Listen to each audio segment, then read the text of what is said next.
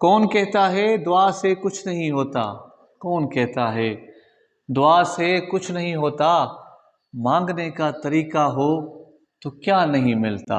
अस्सलाम वालेकुम दोस्तों, मैं हूं आपका दोस्त शाहिद हुसैन और आज हम बात करने वाले हैं कानून शहादत के आर्टिकल नंबर 37 पे। 37 की जो हेडिंग है वो ये है कि इकबाल जुर्म जो किसी तरगीब, लालच, धमकी या वायदे के ज़रिए कराया जाए फौजदारी केसों में, वो वाक़या गैर मुतलका वाक़या हो जाएगा। अब इकबाल जुर्म किसको कहा जाता है? जैसे हमने पहले भी आर्टिकल में पढ़ा था, इकबाल जुर्म से मुराद है ऐसा कोई बयान, ऐसा कोई शख्स करे जिसने कोई जुर्म किया हो, जिसमें अपनी गलती का वो एतराफ़ करे कि हाँ भाई मैंने ये कत्ल किया है, मैंने ये जुर्म किया है। ऐसे बयान को इकबाल जुर्म का बयान किया जाता है। और अगर मुजरिम शख्स जो है वो इकबाल जुर्म का बयान देता है जो अपनी रज़ा खुशी दे रहा है और उसमें उसको किसी ने भी कोई लालच नहीं दी, कोई तरगीब नहीं दी, अपनी रज़ा खुशी से उसने जुर्म किया और खुदा के वो कबूलदारी हुआ, तो ऐसा बयान अदालत में काबिल कबूल है।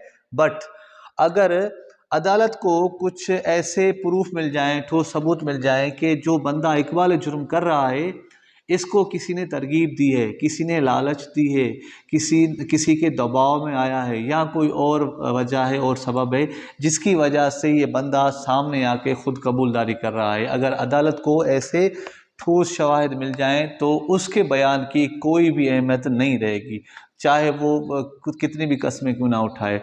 क्यों कि हो सकता है जुर्म किसी और ने किया है और उस बंदे ने इसको ढाल बनाया हुआ है कि भाई जाओ आप कबूलदारी करो, मैं बैठा हूँ, मैं आपको छुड़ा लूँगा, मैं आपको आपकी सज़ा कम करवा लूँगा, मैं आपको ये फ़ायदा दूंगा, वो फ़ायदा दूंगा, XYZ। तो 37 हमें ये बता रहा है कि इकबाल जुर्म का बयान तो काबिल कबूल है, लेकिन कुछ कंडीशंस में है। रज़ा खुशी से अगर वो मुलज़िम शख्स करे, अगर वो किसी दबाव के बिना पे, खौफ के बिना पे और वजह के बिना पे कर रहा है तो उसके बयान की कोई भी अहमियत नहीं है। अब इसमें छोटी सी मैंने की पॉइंट लिखी है, इसको ही पकड़ लें तो आसानी से ये आर्टिकल हमें समझ आएगा।